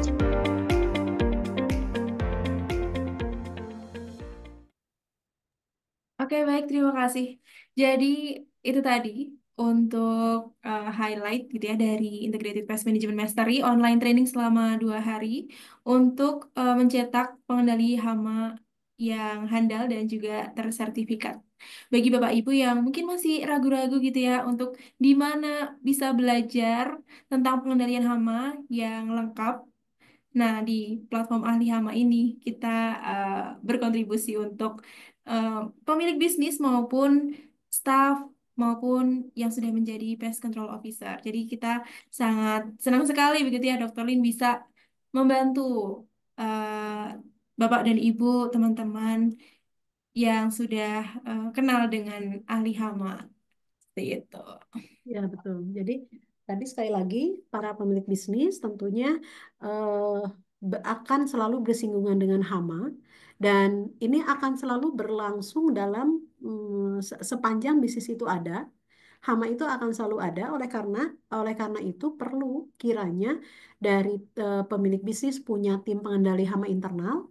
Lalu nanti para pest control officer atau profesional bisa terus mengupgrade teknologi-teknologi dalam pengendalian hama yang menggunakan teknik kimiawi gitu. Jadi kita bisa berbagi tugas karena selama ini di Indonesia umumnya menyerahkan segalanya kepada pest control, padahal pest control eksternal hanya bisa melakukan satu step, yaitu pengendalian hama secara kimiawi. Karena kalau non kimiawi itu bisa dilakukan oleh pemilik fasilitas dengan unit pengendali hama internal. Itu akan membuat pengendalian hama terpadunya cepat, Bapak Ibu, karena koordinasi dengan semua pihak. Nah, seperti itu ya, Mbak Indah. Oke, baik. Jadi untuk pengendalian baik secara pencegahan ataupun secara kimia itu terus berkembang, Bapak dan Ibu semua. Jadi terus upgrade ilmu itu adalah salah satu cara supaya pengendalian hama yang dilakukan di bisnis Bapak Ibu semua semakin efektif tentunya. Oke, baik. Nah, kita masuk ke sesi tanya jawab. Ini 5 penanya terlebih dahulu ya. Untuk itu, sebenarnya sudah ada yang menuliskan di kolom chat. Jadi saya akan bantu bacakan pertanyaannya dan nanti akan dijawab oleh Dr. Lim.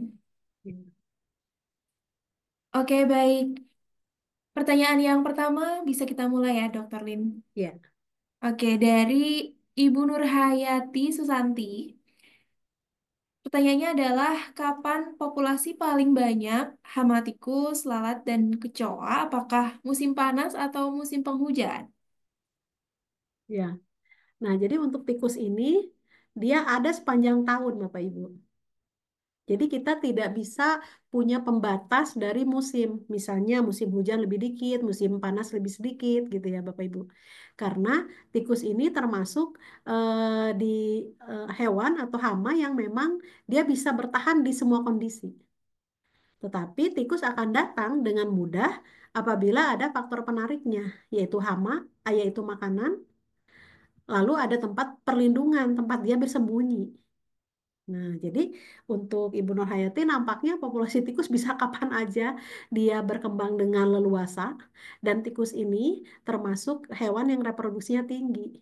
Sekali beranak dia bisa sampai 9 sampai 15 ekor. Nah, jadi populasinya sangat cepat perkembangannya. Maka pengendalian hama tikus itu harus terus dilakukan secara berkelanjutan. Nggak boleh kita apa ibaratnya bosenan. Karena kalau bosenan kita capek, tikus mah nggak pernah capek. Karena dia akan ada terus. Maka pengendalian hama tikus itu harus telaten. Tadi lakukan pengendalian hama terpadu. Tidak hanya tentang perangkap, lakukan dulu kenapa dia bisa datang, dari mana, penyebabnya seperti apa. Harus dilakukan pencegahan dulu. Mungkin seperti itu ya. Nah, nanti di training IPMM akan dibahas secara lengkap. Karena tikus ini banyak jenisnya ya, banyak jenisnya. Mungkin seperti itu ya Mbak Ida. Oke, oke. Jadi tidak melulu ada di musim penghujan ataupun musim Mm-mm. kemarau, tapi selalu ada sepanjang tahun di setiap musimnya ini hama selalu ada, begitu ya. Oke, tadi sudah dijawab pertanyaannya dari Ibu Nurhayati. Dan pertanyaan selanjutnya dari Ibu Kamila. Izin bertanya, Dr. Lin, kami sudah bekerja sama dengan pest control, namun hama tetap banyak di lokasi restoran kami, jadi menambah populasi lalat dan tikus. Apakah perlu meng-hire staff baru atau khusus untuk tim pengendali hama internal? Seperti itu. Bisa diulang Mbak Ida, mohon maaf. Apakah? Oke, ya, jadi di restoran Mm-mm. Ibu Kamila ini sudah bekerja sama dengan pest Oh control, iya, namun hama tetap banyak di lokasi oh restoran. iya betul. Semakin bertambah populasi lalat dan juga tikus. Nah, apakah perlu meng-hire staf baru khusus untuk tim pengendali hama internalnya, Dokter Ya Lee? betul. Nah ini memang fenomena yang sering terjadi. Di satu sisi pengelola rumah makan atau restoran menyerahkan semua masalah hamanya kepada satu pihak yaitu pest control eksternal. Padahal kita tahu bahwa pengendalian hama itu nggak bisa hanya dilakukan oleh satu pihak. Harus ada kerjasama dengan pemilik fasilitas. Kenapa? Karena tadi kalau kita lihat bahwa pengendalian hama terpadu adalah kombinasi dari mulai pencegahan, lalu deteksi hama, lalu inspeksi, ya. Nah itu tuh nggak bisa dikerjakan oleh pest control eksternal karena mereka kan sebagai pihak luar yang di hire. Nah maka sangat mungkin terjadi seperti ini, sering terjadi malah. Yang ada kasihan pest controlnya karena disalahin terus, disangkanya tidak bisa mengendalikan. Padahal hamanya mungkin sudah dikendalikan hama itu, tapi datang lagi masalahnya. Nah, maka apakah penting unit pengendalian hama terpadu? Nah, di situ sangat pentingnya.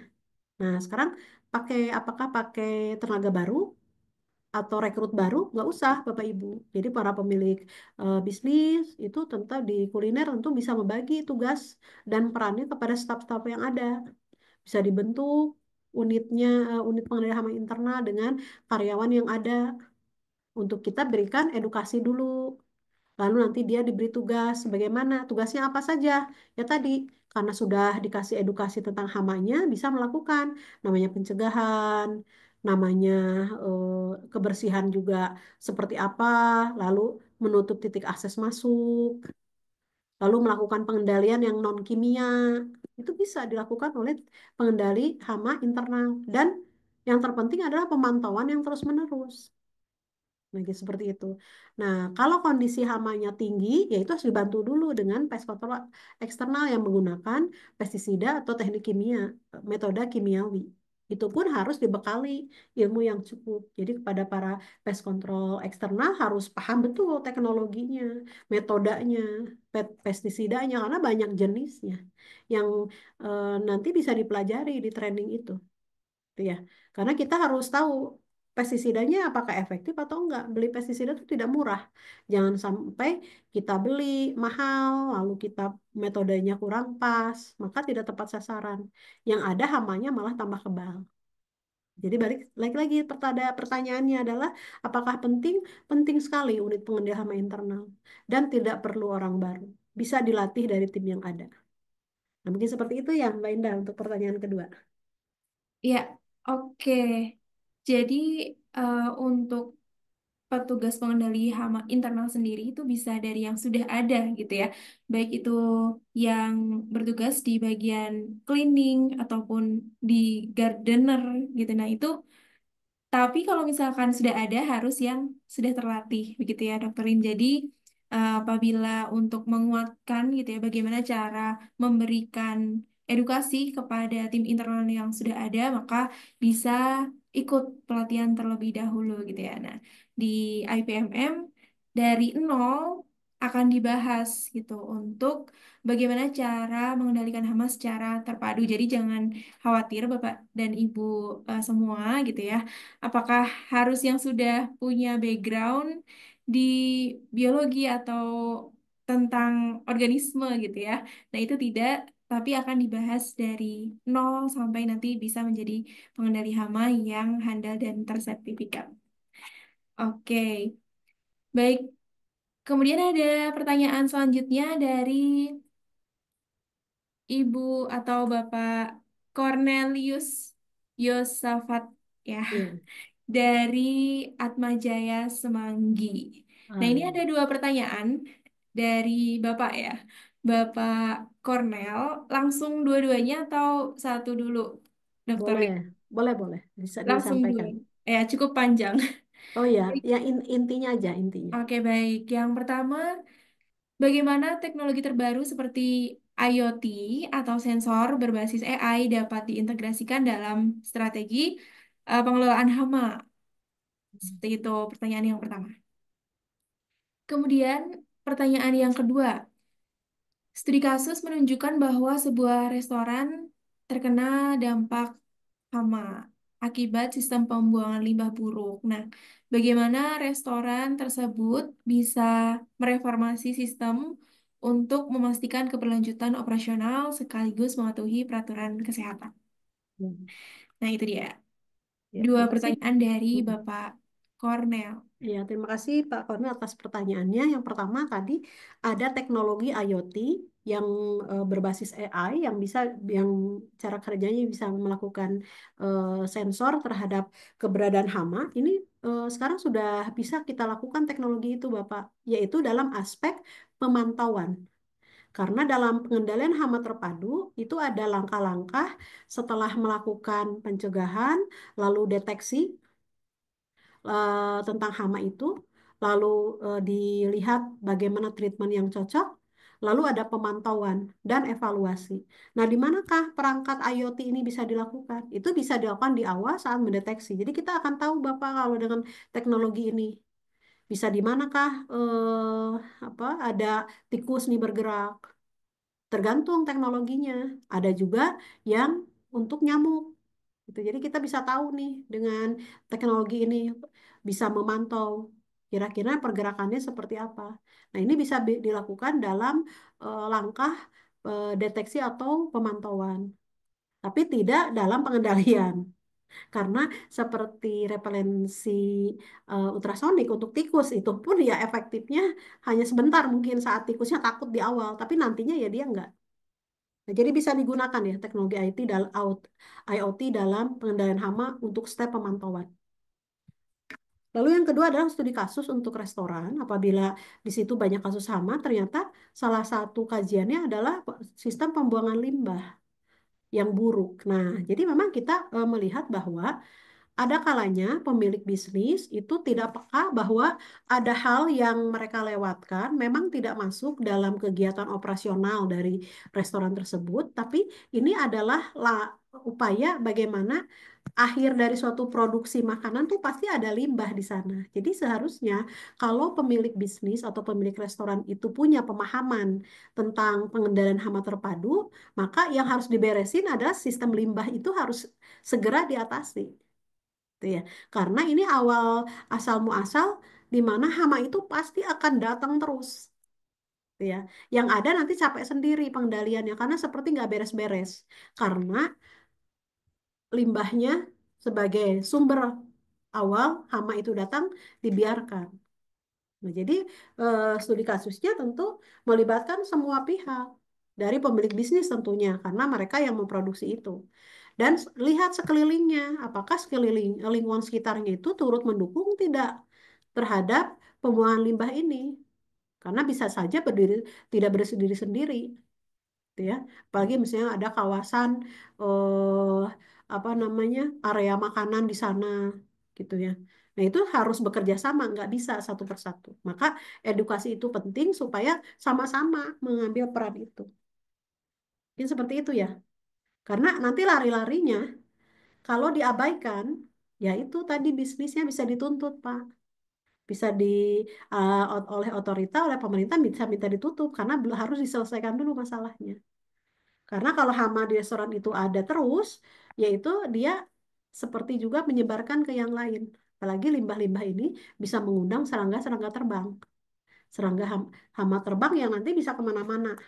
Jadi restoran itu bisa dituntut oleh banyak orang karena menimbulkan penyakit di mana-mana karena si hamanya tidak dicegah.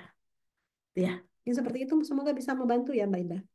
Oke, baik. Itu tadi jawaban untuk pertanyaan Bapak Cornel ya. Ya, Selanjutnya, nah ini 5 pertanyaan. Ini kolom chatnya sudah ditutup gitu ya karena sudah cukup banyak pertanyaannya, kurang lebih 5 atau lebih ini ya.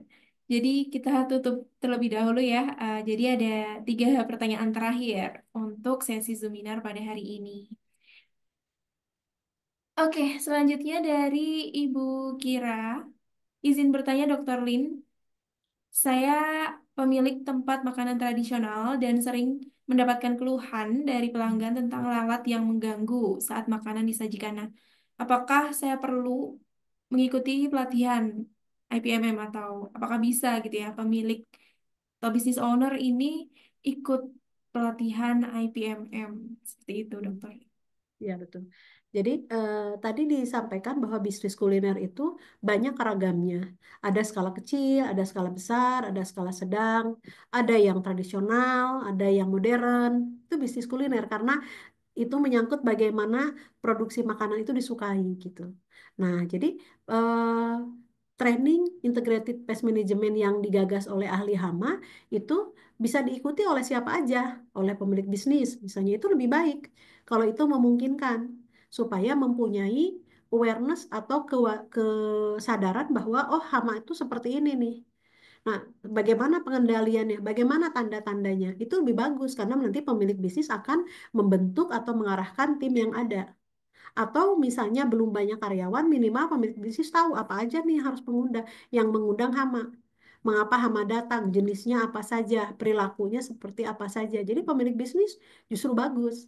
Tetapi bila tidak memungkinkan, maka pemilik bisnis bisa mengirim staf-stafnya untuk bisa memperoleh pengetahuan dan skill itu sehingga bisa dilakukan namanya diseminasi atau penyebaran informasi kepada timnya di sana.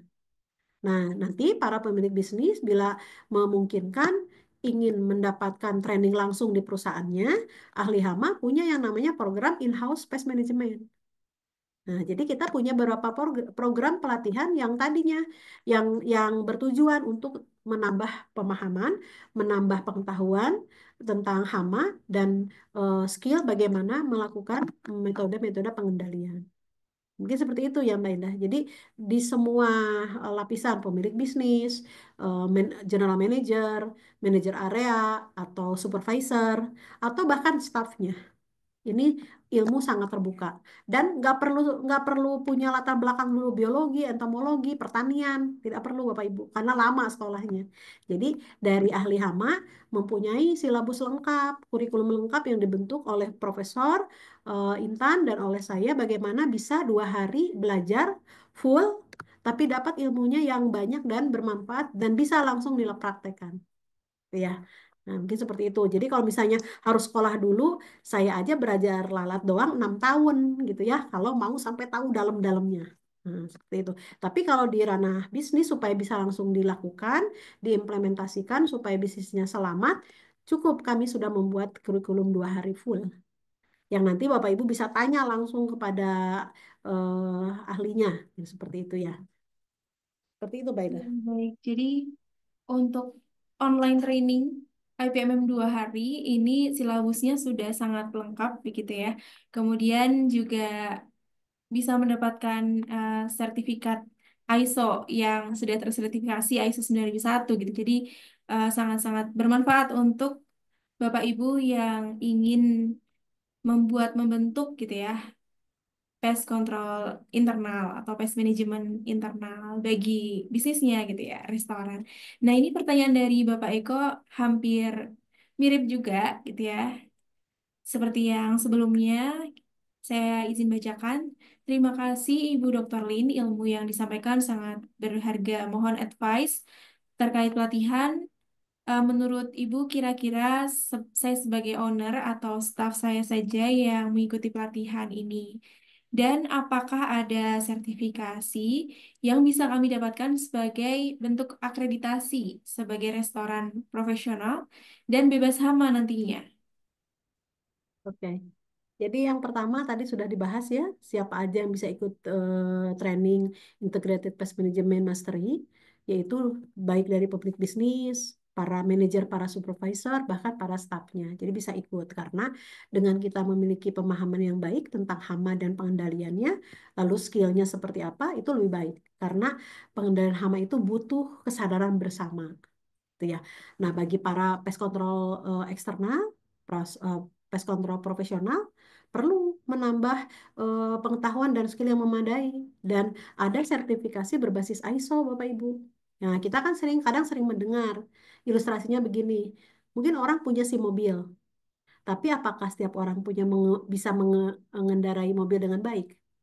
Nah, ini juga sama dengan pest control eh, profesional punya sertifikatnya, tapi apakah punya pengetahuan yang memadai, gitu ya? Punya skill yang memadai karena eh, pengendalian hama ini harus terus, hama ini makhluk hidup yang terus belajar, yang terus dia pun beradaptasi. Maka kita sebagai orang yang akan mengendalikan dia harus terus nambah pengetahuan, gitu ya, nambah mempelajari teknologi, gitu ya, yang mana yang kira-kira metodenya tepat. Nah, jadi untuk para pembisnis, unit pengendali hama internal penting agar mengetahui gitu ya, pengendalian hamanya dengan baik, eh, jenis hamanya dan kenapa dia datang, dan itu pun akan dapat sertifikatnya berbasis ISO, dan yang memberikannya adalah level profesor dan doktor di bidangnya gitu ya. Lalu yang kedua untuk para pest control officer atau profesional bisa terus menambah kualitas dari pemahaman dan skill yang memadai dan punya sertifikatnya yang berbasis ISO. ISO artinya sudah distandarisasi secara internasional. Mungkin seperti itu ya Mbak Indah. Oke, baik. Nah, tadi pertanyaan dari Bapak Eko sudah terjawab dan sekarang pertanyaan terakhir, Dr. Lindi dari TRB Team Hotel dan Resort tadi ya, perkenalan di awal di daerah Kepulauan Riau ini. Ya. Kami mengalami gangguan hama burung gereja dan tikus. Nah, adakah cara preventif dan ramah lingkungan untuk mengurangi gangguan tersebut? Ya. Jadi ya tentu nanti di training ini kita akan bahas Bapak Ibu ya tentang pengendalian burung dan tikus. Bagaimana yang ramah lingkungan, artinya ramah lingkungan itu jangan sampai kita pakai pestisida yang nanti jatuhnya mengkontaminasi lingkungan. Tapi yang terpenting adalah harus dikenali dulu dari mana burung itu datang dan kenapa dia bisa datang. Itu harus menjadi hal yang perlu dipelajari dengan baik. Tikus pun sama, kenapa dia bisa datang? Pasti ada sesuatu yang membawa atau membawa pengaruh itu datang. Maka Bapak Ibu lakukan edukasi terhadap staf-stafnya. Lakukan pencegahan sebagai langkah awal dulu. Karena mereka datang nggak mungkin tiba-tiba. Pasti ada yang menariknya. Nah, lalu penggunaan metode kimianya harus diperhatikan apakah perlu dengan penggunaan pestisida, ya.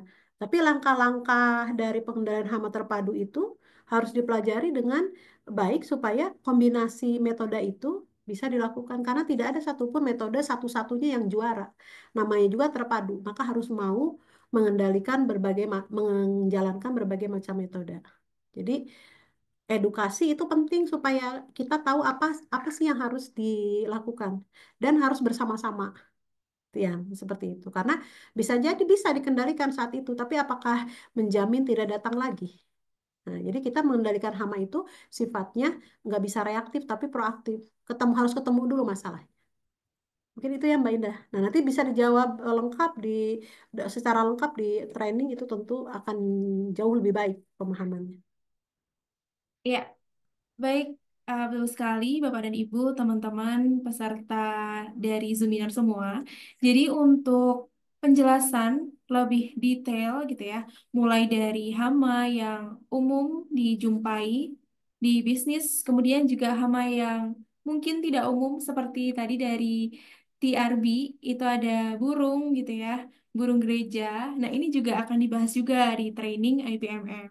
Ada pembahasan terkait hama ya tadi burung, kemudian laba-laba dan lain sebagainya gitu ya, yang tidak umum dijumpai tapi ada gitu. Nah, itu akan dibahas kemudian tentang penggunaan pestisida resistensi serta studi kasus.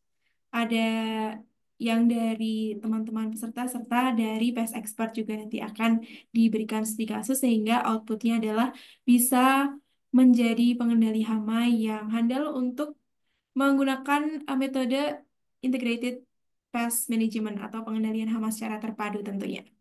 Oke, baik. Nah, itu tadi pertanyaan terakhir dan juga sudah dijawab oleh Dr. Lin gitu ya. Bagi teman-teman yang ingin gitu ya bergabung di IPMM bulan Februari 2025 gitu ya. Bisnis bebas hama karena tahu ilmunya di kolom chat sudah dikirimkan oleh admin tanggal 12 sampai 13 Februari dari 3,5 menjadi 2,5 karena saat ini masih early bird gitu ya. Tapi sudah dibuka, Bapak dan Ibu semua sudah bisa klik untuk daftar sekarang gitu ya. Baik Bapak Ibu sebagai business owner maupun untuk mengirimkan timnya. Oke, kemudian ada juga untuk e-sertifikat di Zoominar kali ini bisa menghubungi ke admin. Nah, karena untuk early bird ini juga seatnya terbatas, jadi bisa simpan dulu untuk link pendaftaran IPMM untuk menghubungi admin. Ataupun nanti langsung bisa saat ini juga gitu ya. Setelah ini Zoominar bisa juga langsung menghubungi ke admin ahli HAMA. Oke, jadi di awal tahun ini menjadi kesempatan waktu yang sangat tepat gitu ya untuk mengupgrade kembali ilmu Bapak dan Ibu semua untuk membuat tim internal apabila belum memiliki tim internal pengendalian hama, kemudian untuk Bapak Ibu Pest Control Officer untuk kembali gitu ya menambah wawasan. Dan Zoominar kali ini adalah penutup ya di tahun 2024 bulan Desember tidak terasa gitu ya sudah 33 batch. Nah, kita akan kembali lagi di tahun 2025. Oke, baik. Mungkin ada closing statement dari Dr. Lin untuk Zoominar pada hari ini. Dipersilakan. Oke, terima kasih. Jadi untuk informasi yang selalu kami sampaikan bahwa pengendalian hama terpadu merupakan upaya yang bijak karena pengendalian hama terpadu itu menuntut adanya keberlanjutan, bahwa pengendalian hama tidak bisa dilakukan oleh satu pihak melainkan oleh semua pihak, terlebih oleh para pemilik bisnis. Tentu bisnisnya ingin selalu berkelanjutan. Nah, supaya bisnisnya tetap aman, tetap memiliki reputasi yang baik, maka seyogianya pemilik bisnis mempunyai perhatian besar bagaimana memanage hama dengan baik di tempat bisnisnya. Dan edukasi atau pendidikan mengenai hama tentu sekarang sudah banyak tersedia dan ahli hama sudah menyiapkan program-program pelatihan yang tentu bisa diserap atau bisa diikuti oleh para pemilik bisnis dari berbagai latar belakang pendidikan atau pengetahuan yang dipunyai. Dan tentunya kita bisa melihat bahwa korelasi dengan mengendalikan hama secara baik, maka bisnis bisa selamat, gitu, seperti itu. Nah, mungkin seperti itu ya Mbak Indah. Terima kasih. Oke, baik. Terima kasih Dr. Lin atas segala ilmu yang telah disampaikan gitu ya. Dan alhamdulillah kita di penghujung 2024 ini terus bisa memberikan edukasi kepada Bapak Ibu business owner dan Bapak Ibu semua di seluruh Indonesia. Oke, baik. Untuk itu saya sebagai moderator menutup Zoominar pada hari ini. Sampai jumpa di kesempatan lainnya dari platform Ahli Hama. Kita akan terus memberikan edukasi di berbagai macam program begitu ya. Jadi platform edukasi untuk pengendalian hama yang terdepan, terlengkap dan juga terpercaya. Sampai jumpa di Zoominar berikutnya. Wassalamualaikum warahmatullahi wabarakatuh. Waalaikumsalam warahmatullahi wabarakatuh. Terima kasih semuanya. Sampai jumpa.